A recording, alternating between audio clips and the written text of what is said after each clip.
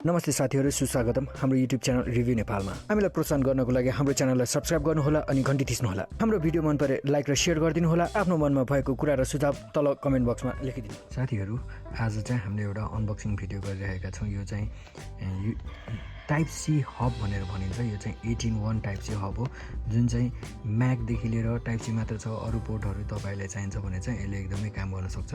यसले चाहिँ multi port अरूहरु पनि दिएको छ र यसमा के छ, कस्तो छ, यसको अनबक्सिङ र यसको फंक्सनको बारेमा कुरा गर्न चाहदैछौँ। यो चाहिँ चाइनिज ब्रान्ड हो, तर कुन चाहिँ ब्रान्ड हो भन्ने कुरा थाहा छैन। अलिकति अब आजकल त धेरै ब्रान्डहरु चाहिँ आइरहेका छन्। अब यो कुन हो के हो थाहा छैन, तर अलिकति सस्तै मूल्यमा लिएको हो। हामीले चाहिँ 3500 जति र राम्रो रहेछ भने चाहिँ यसको हामीले युज गरिसकेपछि, प्रयोग गरिसकेपछि चल्ने रहेछ। अब नतात्ने र म्याकबुकको नयाँ M1 मा पनि काम लाग्ने रहेछ भने चाहिँ हामी पक्कै पनि तपाईहरुमा यो रेकमेन्ड गर्ने नै छौं, अरु भिडियोमा भन्ने नै छौं। र यसको चाहिँ हेर्नु पर्दा चाहिँ अगाडिमा चाहिँ 4K USD भनेको छ, टाइप सी दिएको छ, SD TV र SS SDTF र RJ45। यो चाहिँ इथरनेट देखि लिएर HDMI देखि लिएर सबैहरु चाहिँ रहेको छ। र यो चाहिँ 18-1 पोर्ट्स रहेको छ, 18-1 रहेको छ। र यसमा चाहिँ USB-C to SDTV multi functions adapter भनेर भनिएको छ। र यस्तै अब यसको माथि तल साइडमा चाहिँ के पनि छैन। बाहिरको हर्नको चाहिँ तपाईहरुले इग्नोर गरिदिनु होला। र यहाँ देख्न सक्नुहुन्छ यो चाहिँ यस्तो रहेको छ भनेर फोटो दिएको छ। र त्यस्तै यसमा चाहिँ के रहेको छ भन्दा चाहिँ एक नम्बरमा चाहिँ HDTV 4K plus 2K 3840 by 2160 रहेको छ। डाउनवर्ड्स कम्प्याटिबल विथ 1080p देखि लिएर 720 720p एसेक्ट्रासम्म पनि दिएको छ। र त्यस्तै यसमा चाहिँ दुईवटा USB दिएको छ, high speed USB power supply up to 4.5 watt maximum सम्म भनेर भनेको छ।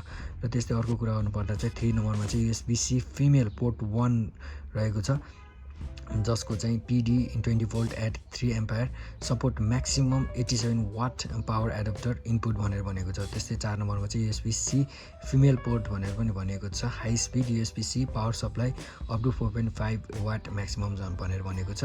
र अर्को पनि USB-C मेल भनेर भनेको छ, कम्प्याटिबल विथ थन्डरबोल्ट देखाएर छ। सायद यो थन्डरबोल्ट हो, यो चाइनिजहरुले के लेख्छ भन्ने कुरा थाहा छैन। Make sure that the host USB-C port on your device complies with the USB 3.0/3.1 specification भनेर भनेको छ। र अर्को चाहिँ RJ45 maximum Ethernet speed 100 Mbps भनेर भनिएको छ। यो चाहिँ इथरनेट ज्याक रहेको छ। र त्यस्तै SD र TF कार्ड रिडर पनि दिएको छ, जुन चाहिँ SD and TF can work simultaneously read and write speed depends on card's quality comply with USB-C interface specification भनेर भनेको छ। यसको बारेमा हामी लेखेको छौँ।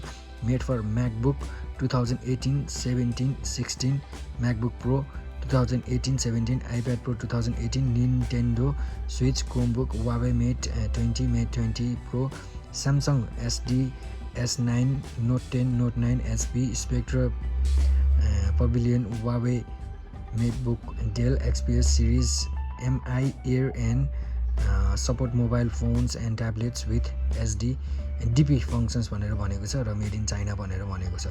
अब मलाई लाग्छ यो चाहिँ हाम्रो M1 मा चल्छ कि चल्दैन भन्ने कुरा चाहिँ एकदम डाउट लाग्यो। किनेर त ल्यायो, त्यो पनि एकपल्ट हेरौँ चल्छ कि चल्दैन, यसको बारेमा हामी तपाईलाई जानकारी दिने नै छौँ। र अब हामीले चाहिँ यो खोलिसकेका छौँ। र खोलिसकेपछि चाहिँ खासै त्यस्तो केही पनि छैन यसमा, न युजर म्यानुअल छ न केही छ है। यो वारेन्टी ग्यारेन्टी चाहिँ केही पनि छैन यसमा। अब चिनेको मान्छेको बाट लिएको भएर अलिकति भर पर्दो चाहिँ छ, चेन्ज हुन्छ। त्यही कारणले गर्दाखेरि किन्नुभन्दा अगाडि चाहिँ यस्तो किन्नु छ भने चलेन भने चाहिँ एक्सचेन्ज हुन्छ कि हुँदैन यो चाहिँ तपाईले सोध्नु होला। र यही नै हो, केही पनि छैन। यहाँ चाहिँ अब एउटा सानो क्याप रहेको छ यो टाइप सी को लागि चाहिँ। र यसमा भने चाहिँ यो इथरनेट केबल भइहाल्यो। यहाँ चाहिँ अब SD कार्ड रिडरहरु छ। ल USB टाइप A चाहिँ रहेको, USB रहेको छ दुईटा, एउटा चाहिँ अब यो HDMI रहेको छ र दुईवटा चाहिँ यसमा USB-C रहेको छ भने अर्को चाहिँ एउटा सानो अब के दिएको छ यो थाहा छैन। अब चाहिँ हामी यसको प्रयोग गर्न गइरहेका छौँ। यो चाहिँ जुन रहेको छ MacBook Air 2022 भनौँ 2021-2022 को चाहिँ M1 मा चाहिँ चल्छ कि चल्दैन। हामी चाहिँ यो चाहिँ एडाटाको जुन रहेको छ त्यो चाहिँ एक्सटर्नल हार्ड ड्राइभमा प्रयोग गर्ने कोसिस गर्छौँ। र हामी यहाँ देख्छौँ कि यहाँ केही पनि छैन। र एकपल्ट यसलाई हामी जोडौँ। यो जोडिसकेपछि चाहिँ यहाँ आउँछ आउँदैन हामी हेर्नेछौँ। केही गाह्रो छैन साथीहरू यो जोड्नको लागि चाहिँ हामी देख्न सक्छौँ। यो हामीले जोड्यौँ र यसलाई चाहिँ टाइप सीमा जोडिरहेका छौँ र यहाँ हामी देख्न सक्छौँ कि यो रहेको छ, यहाँ बत्ती बलेको छ। यहाँ अहिले भने केही पनि छैन र एकछिनपछि चाहिँ यहाँ एडाटाको आउनुपर्ने हुन्छ। यहाँ आइसकेको छ एडाटा एसबी 300 भनेर आइसकेको छ र यो एकदमै सजिलो छ साथीहरू। यसमा चाहिँ कुनै पनि गाह्रो छैन र हामीले यसबाट फाइल्सहरू पनि ट्रान्सफर गरेका छौँ। एकदमै चलेको छ। हामी तपाईँलाई हाइली रेकमेन्ड गर्छौँ यो चाहिँ। र हामीले चाहिँ अघि पनि भन्यौँ कि 3000 भन्दा माथि बजारमा यसको मूल्य रहेको छ र तपाईँहरू पनि प्रयोग गर्नुहोला। र म्याकबुक एयर M1मा चलेको हो साथीहरू। यो भने चाहिँ 18.1 रहेको छ र त्यही कारणले गर्दाखेरि हामी चाहिँ तपाईँहरूमा यस्ता यस्ता प्रयोगका सामानहरू पनि ल्याउने कोसिस गरेका छौँ। र एडाटाको पनि यो चाहिँ 1 TB को एक्सटर्नल हार्ड डिस्क रहेको छ। यो पनि एकदम राम्रो छ। अब यसको मूल्य तपाईँहरू बजार बुझेर लिन सक्नुहुनेछ र यो पनि एकदमै काम लाग्ने गर्दछ। र तपाईँहरूले थाहा नै छ म्याकबुकहरूमा त एकदमै अब थोरै हुन्छ स्पेसहरू र त्यसबाट चाहिँ म्याकबुकमा राख्नुभन्दा चाहिँ म्याकबुकबाट चाहिँ यस्तो एक्सटर्नल हार्ड ड्राइभमा राख्नको लागि चाहिँ सजिलो हुन्छ र यसको लागि चाहिँ तपाईँहरूले एडाटा युज गर्न सक्नुहुन्छ र यो प्रयोग गर्न सक्नुहुन्छ।